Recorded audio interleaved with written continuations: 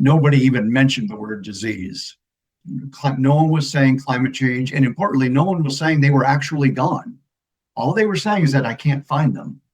I distinctly remember sitting in this chair, in this office with that phone, getting the call saying, Joe, it's Karen. It happened. My team found a couple of dead frogs last night. This place is about to crash.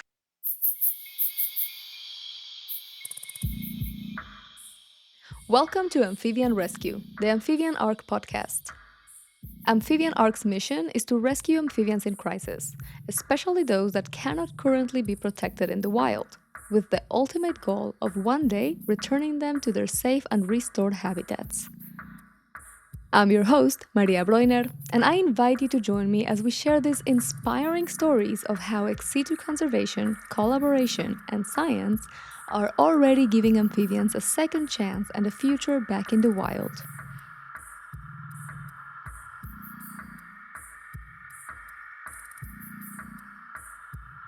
But before we get to those stories, let's go back to the beginning, before Amphibian Ark even existed. Before we even called it a crisis, a set of odd observations began to emerge. But for a long time, nobody even knew what to make of them.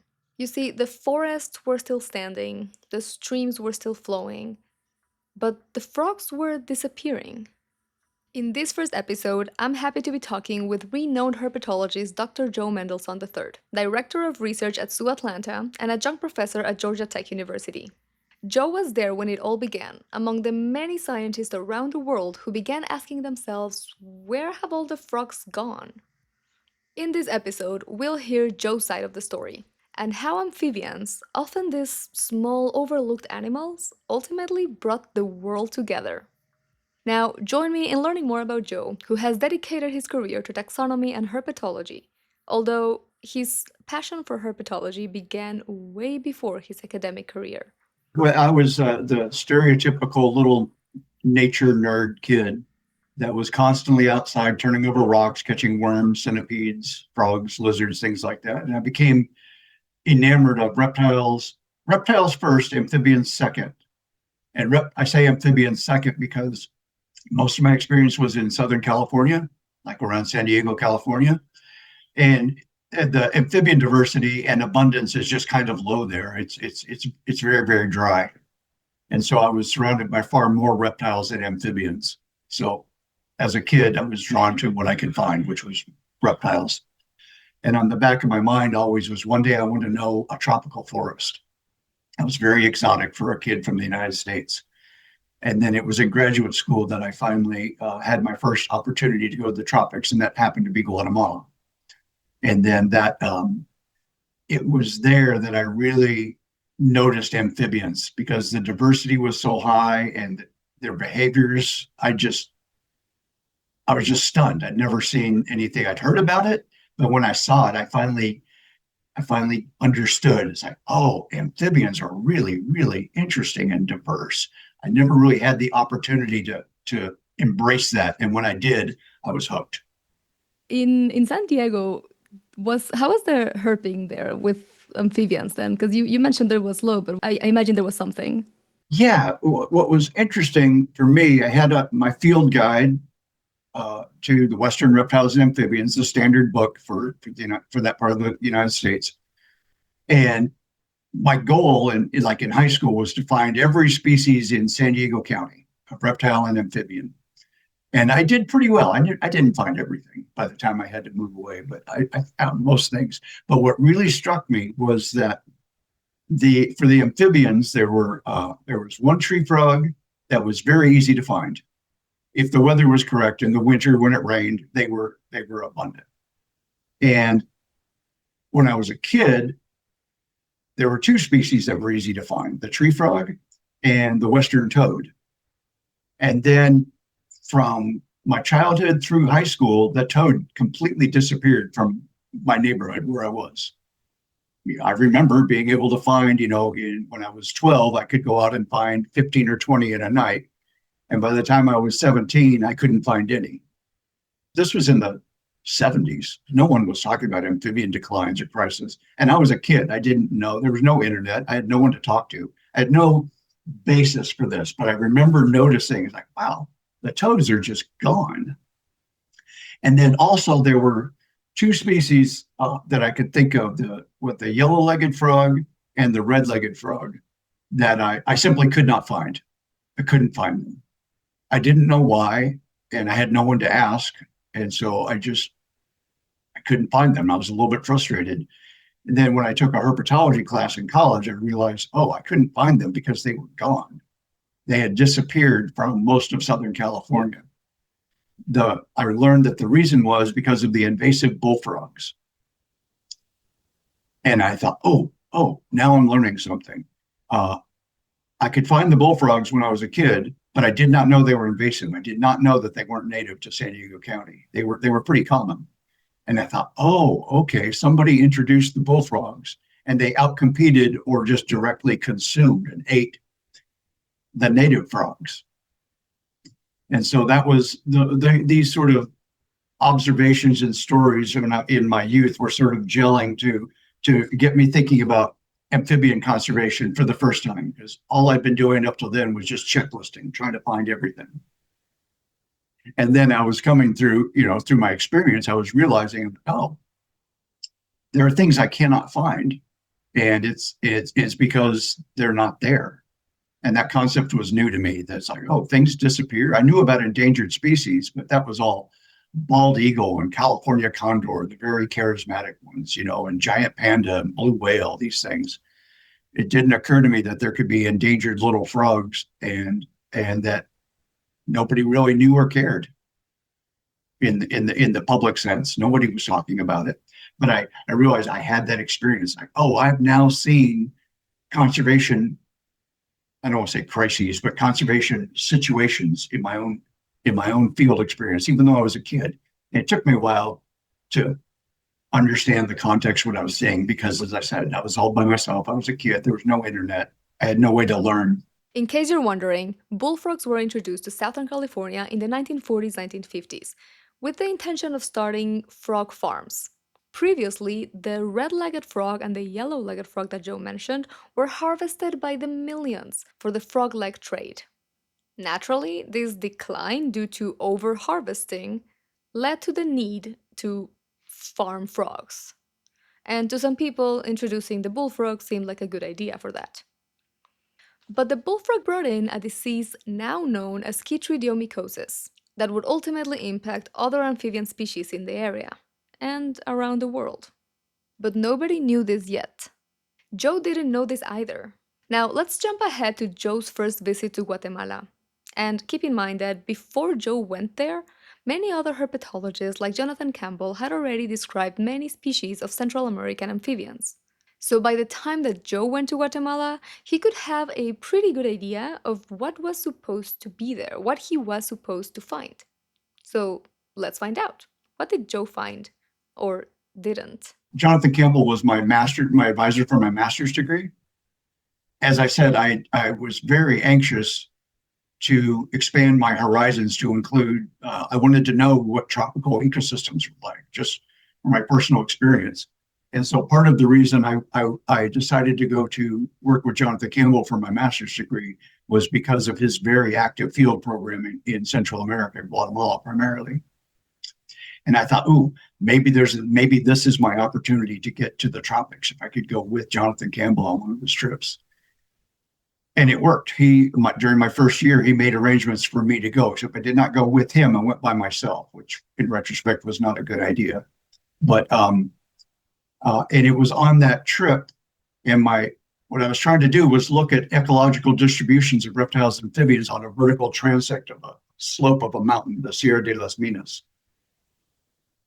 And then it turns out that part of the mountain was essentially inaccessible. It was too steep. Nobody goes up there. That's what all the locals told me. They said, you can't go up there. And I said, oh. And then I tried, and I went, they're right. I can't get up there. So my trip turned more into looking at the relative abundance of species on a coffee plantation, a coffee finca, because that was where I was based, out of there, and trying to get up the mountain from this coffee plantation. But anyway, in the process of doing that, I discovered a little toad that I couldn't identify. And long story short, I found for the first time in my career a species new to science. I just couldn't believe it. I couldn't believe that this was possible. I'd read papers of people finding new species, and it seemed so exotic and so crazy. I couldn't believe that it just happened to me. I was standing there holding this in my hand, going, I have no idea what this is. I thought I knew everything here, and I don't know what this is. And then when I got back and was looking at museum specimens, I realized, like, oh, yeah, this is different. So in the process of naming that, I realized, like, oh, I like taxonomy, and that changed my direction. Taxonomy, in the strictest sense, is we have three different forms of life in front of us. They should all be recognized formally, and they need three unique names. So you formally write a description proposing this as a species new to science, and then through a whole set of very arcane rules of taxonomy that go back centuries, you formally apply a name to it. And so the toad that I found wound up with the name Encilius campbelli.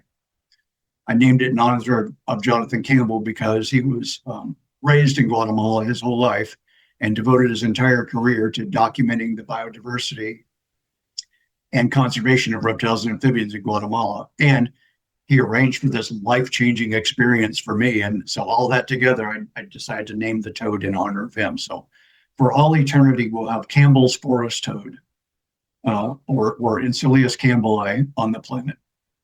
It's a beautiful toad, too. Not a cane toad. It's much prettier than a cane toad. I agree on that. Do you know the frog? Do you happen to know that frog? Have you seen that toad? I've seen it, I think, only in pictures, not live. Okay. Yeah. And you mentioned before that when you found it and you were seeing something that you could not describe, you didn't know the name of it. You mentioned, I thought I knew everything that was here. How was this in Guatemala then? You had lists from Campbell, I assume also David Wake, and everybody that was there before. Were you finding everything they found, or was the scenario looking differently? Is there something you couldn't find? How was it?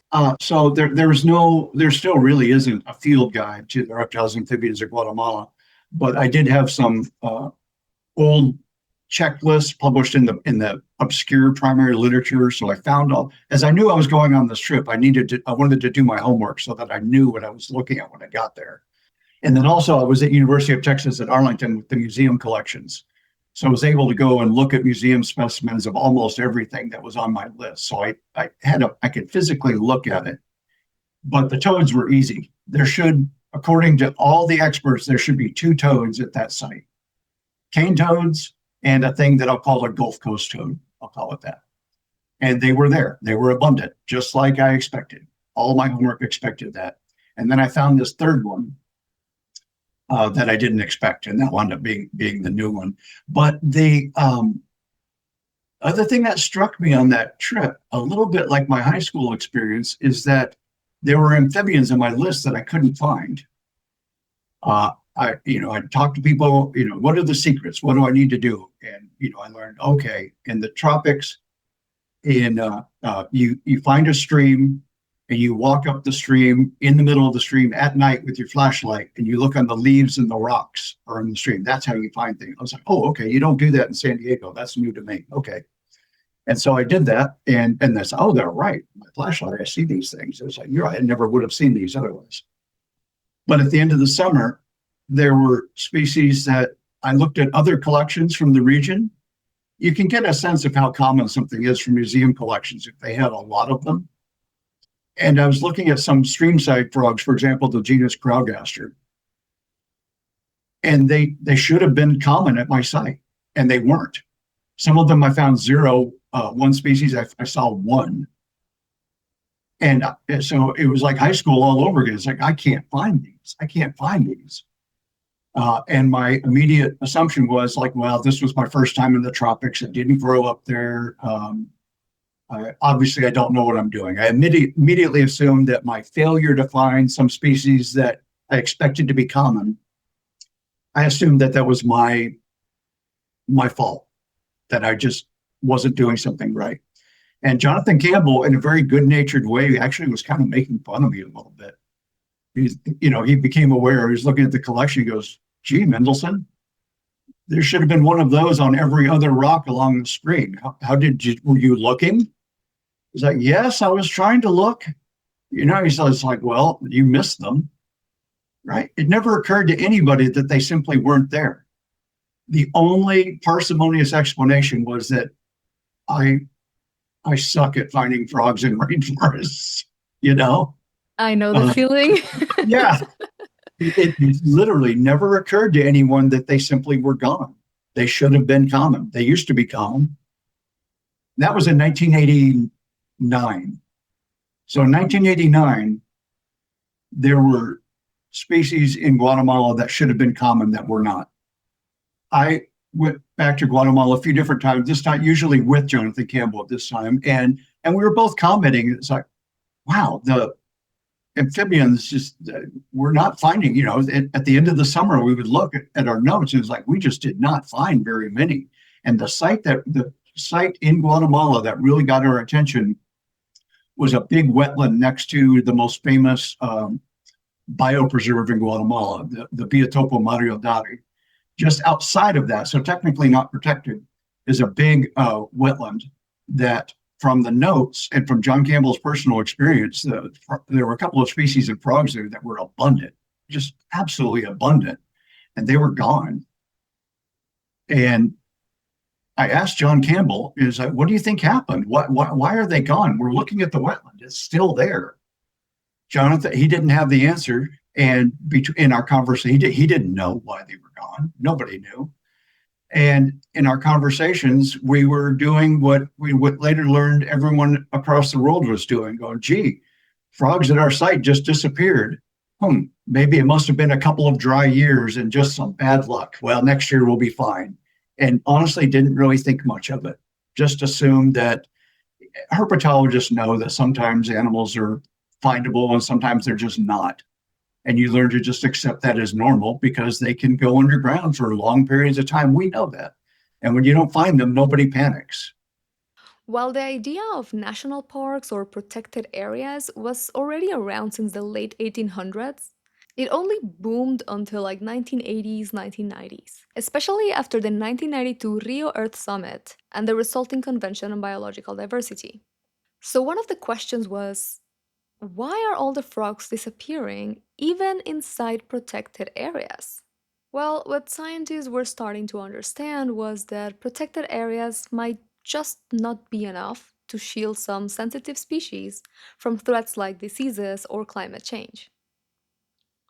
And that was now breaking away from our personal experience. This is what came to a head in the famous story at the World Congress of Herpetology in Canterbury, in England. I was not at that conference, but it was at that conference where all those conversations, like I just mentioned, people started having them and started realizing, like, wait a minute, at your field site, you've had two common species just suddenly disappear, and you're in Australia.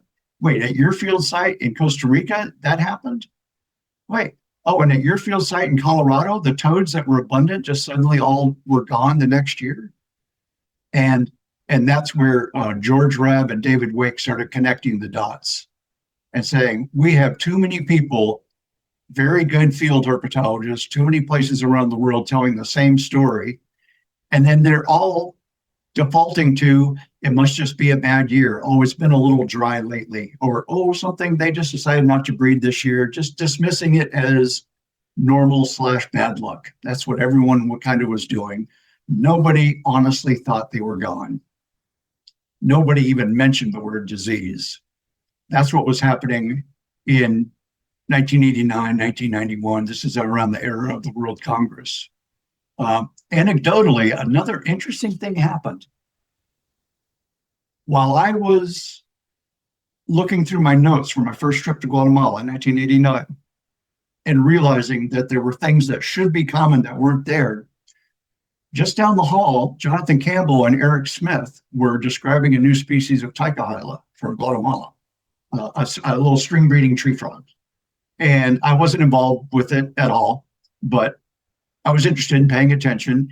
And I specifically remember them complaining. It's like they had the tadpole for this frog.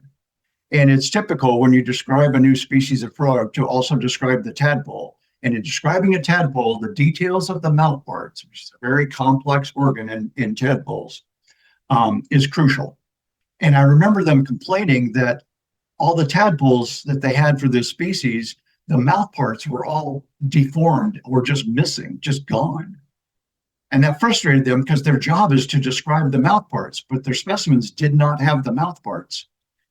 In retrospect, it's obvious those tadpoles were infected with chytrid. Chytrid eliminates the mouth parts of tadpoles.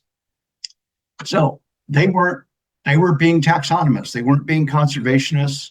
They had no idea what was wrong with these specimens. They assumed that the specimen had been damaged in transit and that the mouth parts fell out or some ridiculous thing, because they had no context. They had no reason to think that there was this unknown fungal pathogen that would affect the mouth parts of tadpoles.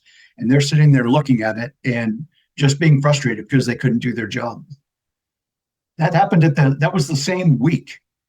So these things are happening, these dots are there, but no one was connecting them. No one was connecting them. That started to happen at that World Congress. If this is all new to you, let me catch you up. The chytrid fungus that infects amphibians is a skin disease. Unlike our skin, which is several layers of cells deep, amphibian skin is very thin. And amphibians primarily breathe through their skin, as well as balancing many other important metabolic processes. In adult frogs and toads, for example, their extremities have a lot of keratin.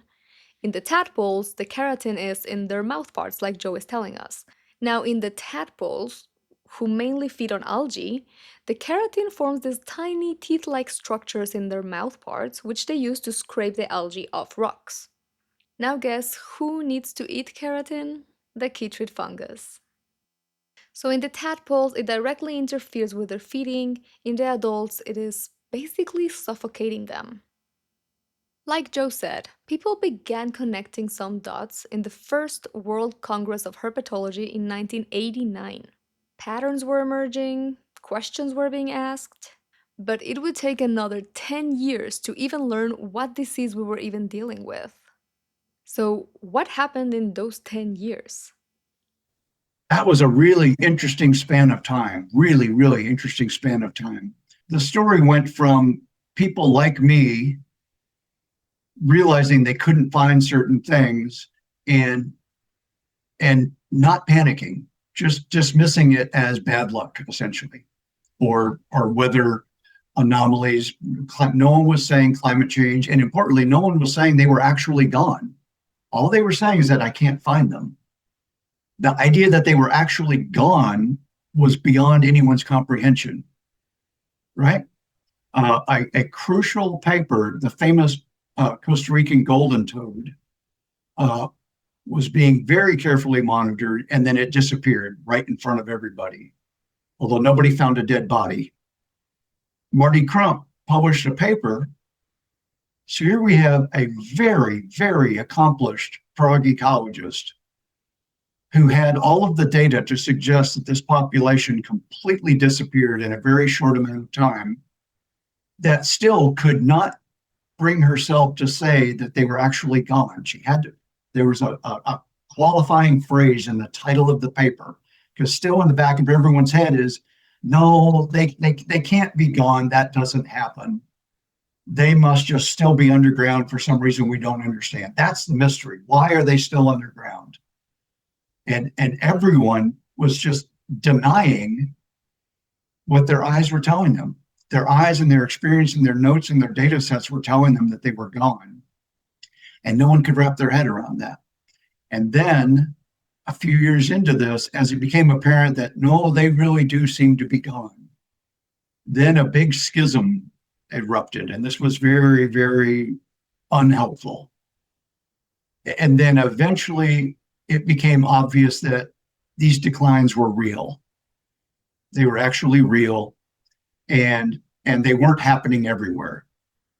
But where they were happening, they were real. And just about everybody finally realized, it's like, yeah, this is real. And then the whole shift became to what's causing it. And that was a whole nother, now people are no longer dismissive. Now people are in panic mode. This would have been early 90s, 92, 93, something like that.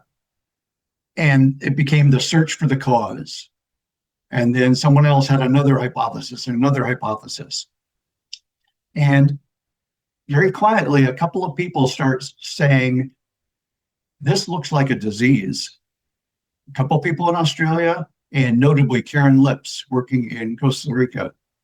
And back then there was not such like fast tools to discard those options right away, right? How when they thought that this has to be a pathogen, what was available to find proof for it? It was discovered by two really good pathologists, Don Nichols and Alan Pessier. And they are working with some animals from the National Zoo in the United States. They did something really remarkable. They looked through these dead bodies, and this is all histological sections. So you answer your question, how do you do this? You do it with old-fashioned histological sections, and you go through in the microscope slide by slide looking for, it's like, pathologists know what to look for. Okay, we have edema. Okay, we have burst blood cells here. And they go through and they saw all kinds of symptoms, mostly in the skin, but no, they couldn't find any evidence of a pathogen because they were looking for pathogens that they were trained to look for. And then I wasn't there, so I don't know what happened, but there was this moment, figuratively speaking, where one of them went, wait a minute, what's that? There was one little thing on that slide that didn't look familiar. They didn't know what it was, but they knew it wasn't frog tissue, but it wasn't a bacteria. They didn't know what it was. It turned out to be chytrid. And then there's a whole long story for them to figure out that this was a chytrid fungus, because chytrid fungi were not known to be parasitic or infectious on anything. There's a poorly known group of fungi that nobody paid attention to that are mostly decomposers in the leaf litter. Why would a vertebrate pathologist know that these things exist? There's no reason for them to know that these exist. But the brilliance they get credit for is noticing something that didn't look quite right.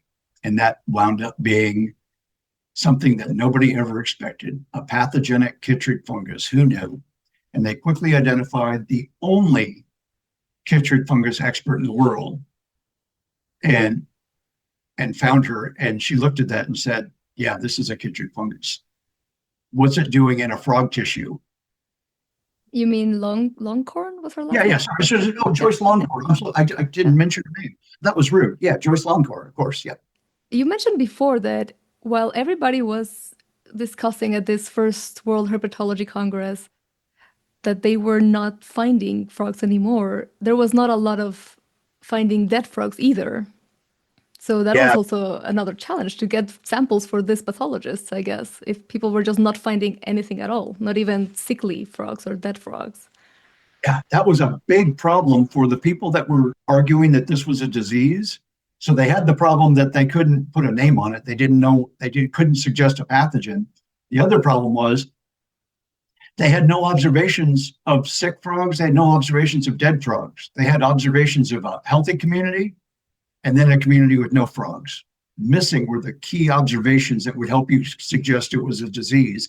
And that was a big part of the criticism that was levied at them. They're going, if this is a disease and animals are dying, where are the dying animals?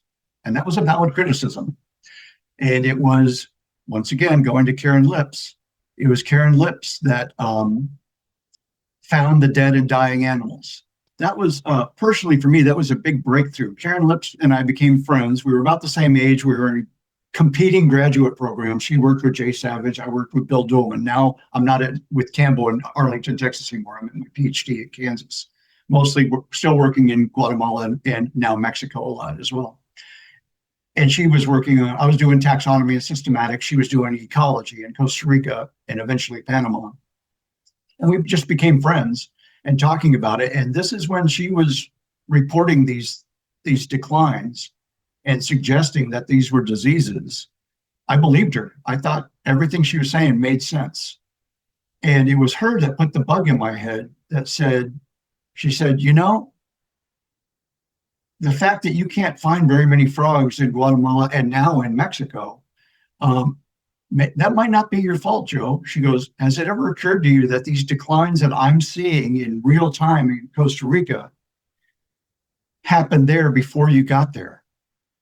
And so what you're looking at is a post-decline site. That had never occurred to me.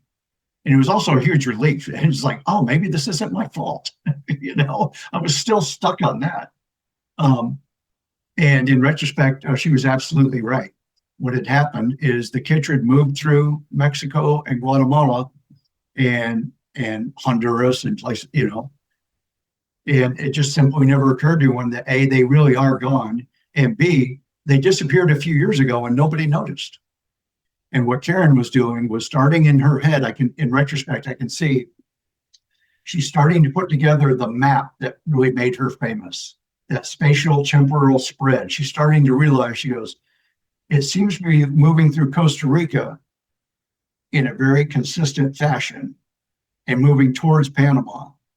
And we have these very mysterious die-offs that were seen in the United States in the 70s, like in Colorado, that no one could really explain.